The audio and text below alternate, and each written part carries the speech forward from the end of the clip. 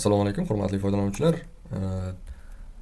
Kali Linux bo'yicha darslarimizni davom ettiramiz. Bugun root, user va sudo tushunchasi bo'yicha gaplashamiz. Oldingi darsda Linux fayl tizimi bilan tanishdik.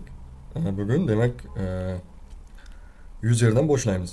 Linuxda har bir odam yoki tizim alohida foydalanuvchi orqali ishlaydi. Windowsda ham shunaqa. Masalan, biz Kali Linuxga kirganimizda odatda Kali foydalanuvchisi bilan ishlaymiz. Mana Kali yozilib turibdi terminalda. Bu oddiy foydalanuvchi hisoblanadi. Oddiy foydalanuvchi hamma joyini o'zgartira olmaydi. Bu xavfsizlik uchun qilingan. Chunki har bir foydalanuvchiga tizimni buzib qo'yadigan huquq berilmaydi va berilmasligi kerak. Demak, hozir biz kim bo'lib ishlayapmiz? Ya'ni hozir qaysi foydalanuvchi bilan ishlayotganimizni ko'rish uchun yozamiz. Demak, who am I deb enterni bitta bosamiz. Demak, Kali. Bu degani biz hozir Kali foydalanuvchi sifatida ishlayapmiz. Yana batafsil ko'rish uchun ID deb yozamiz, enterni bosamiz. Bu buyruq foydalanuvchi ID raqami va qaysi guruhlarga tegishli ekanini ko'rsatadi.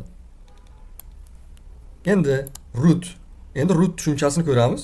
Root Linuxdagi eng yuqori huquqli foydalanuvchi hisoblanadi. Oddiy qilib aytganda, root tizimining bosh administratori. Root foydalanuvchi tizimdagi deyarli hamma narsani o'zgartira oladi. Shuning uchun root bilan ishlashda juda ehtiyot bo'lish kerak. Noto'g'ri buyruq yozilsa tizim buzilishi mumkin.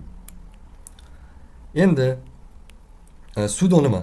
Ko'p holatda biz doim root bo'lib ishlamaymiz. Buning o'rniga kerakli vaqtda vaqtincha administrator huquqidan foydalanamiz. Buning uchun sudo ishlatiladi. Masalan, tizimni yangilash uchun oddiy foydalanuvchi yetarli bo'lmasligi mumkin. Shunda quyidagi sudo oldin yozgan buyruqlar ham chiqib turadi.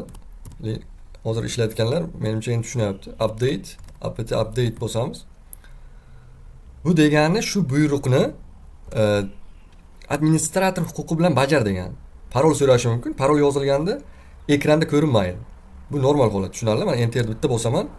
Parol kiryapsiz-ku, Kali deb. Mana Kali deb yozdim, ko'rinmadi ekranga, lekin enterni bosaverasiz. Mana enterni bosaman. Agar Kali yangilangan bo'lsa, mana yangilanyapti, yangi versiyasi. Bo'ldi. Masalan, tizimdagi muhim papkalarga fayl yaratmoqchi bo'lsak, oddiy foydalanuvchilar ruxsat bo'lmaydi. Linux birdan to'xtatadi. Bu yomon narsa emas, bu himoya bo'ladi. Chunki har bir dastur yoki foydalanuvchi tizimning muhim joylarini o'zgartirib yubormasligi kerak. Agar haqiqatan kerak bo'lsa, sudo orqali bajariladi, lekin tushunmagan buyruqqa sudo qo'shib ishlatish xavfli. Muhim qoidalar, demak biz bugun who am I, ID, root, sudo haqida gaplashdik. Tushunarli? Demak, hozircha darsimiz shu. Barchaga rahmat, salomat bo'ling.